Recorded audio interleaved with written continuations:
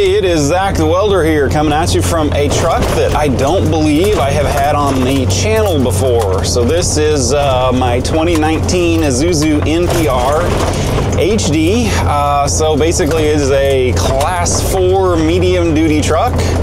And it is awesome for hauling large lengths of material. So basically it'll haul 2 to 3 tons, and what is really great about it is I don't have to mess with a trailer for hauling, you know, full sticks of material, which is just awesome. Absolutely love it for that. It's super maneuverable, not the most comfortable ride in the world. Like, driver comfort was not a driving factor in the design of this thing, but it is awesome, very utilitarian, and great for what we're doing today. We are running up to a meat processing plant north of me here, and we have to pick up a bunch of like these rolly carts that they roll the meat around on and make some repairs on them. So I used to do this on location before I had this truck. I would just go up there with my welder, camp out in one of the rooms, but it is just so much easier having a truck like this to where I can just go up there, haul whatever I want back to the shop without having to mess with a trailer. So that's what we're doing today.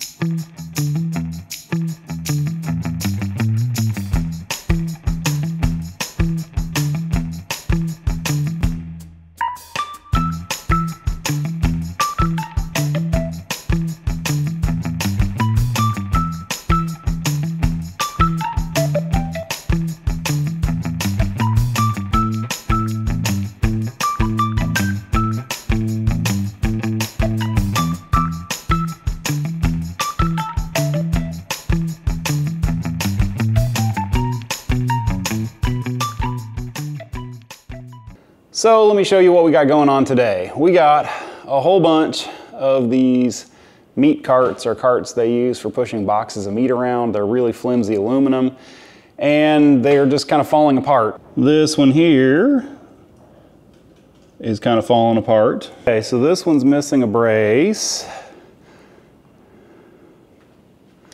That one's missing a wheel. That one, the brace is broken on. This one is, well, there's your problem right there. And let's see, what do we got on this guy? What's its, oh, there's a, right there, that one. And we got a couple others over here that are also in sad shape. So we are going to use my Miller Dynasty 300 there that I just got, and see how it does.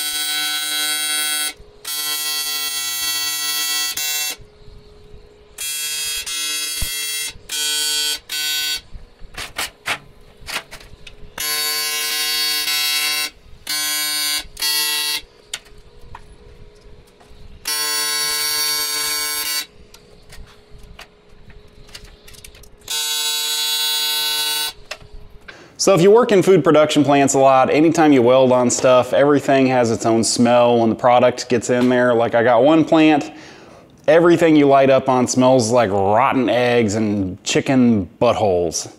This one smells like cooking steak. I got another one, cinnamon rolls. And I got another one, kind of chocolate chip cookies, you know, ho-ho kind of smell. So, you know, on the scale of chicken butthole to cinnamon rolls, this is kind of in the middle.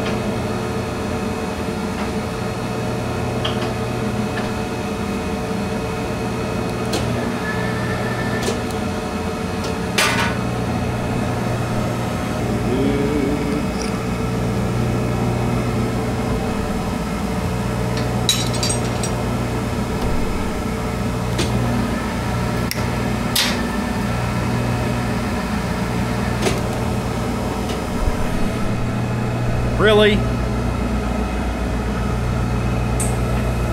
Poop.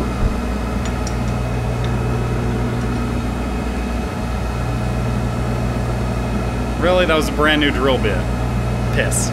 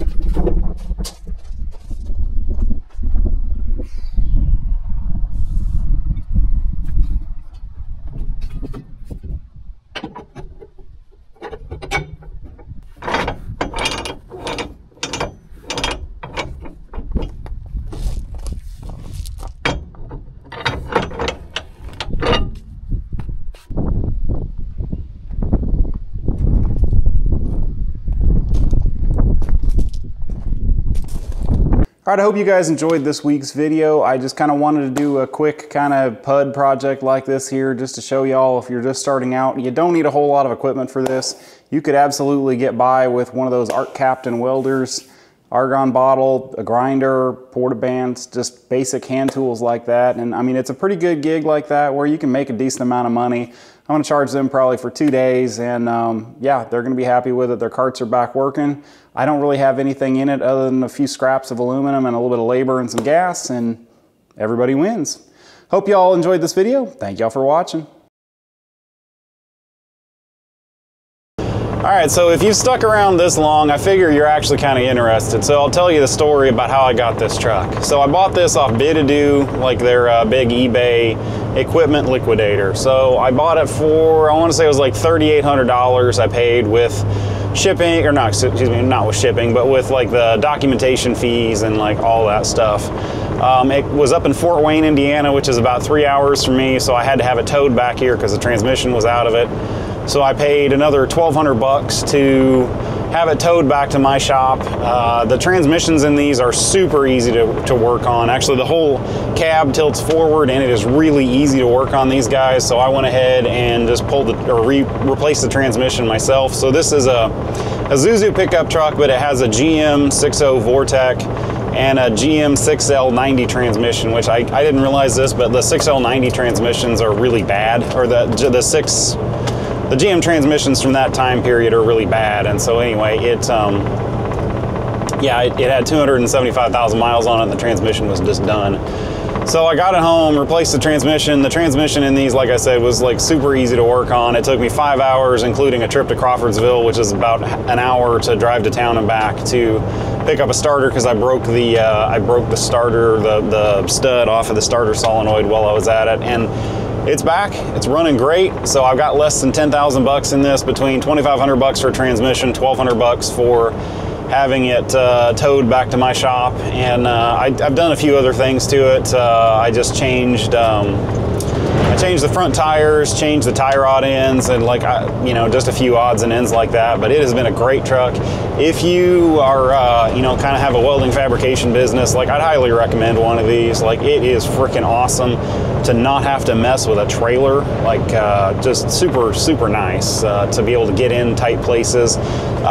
This thing turns on a dime. Like, for as big as it is, it's extremely maneuverable. And yeah, if you're tired of driving your pickup with a trailer into places, like, get one of these. This thing is freaking awesome. I will say, driver comfort is not a consideration for this thing. It is hard on your butt. Your wheels, your steer wheels are right behind the seat here, so it just beats the hell out of you. But it is a very purpose-driven vehicle, and it will absolutely take care of you.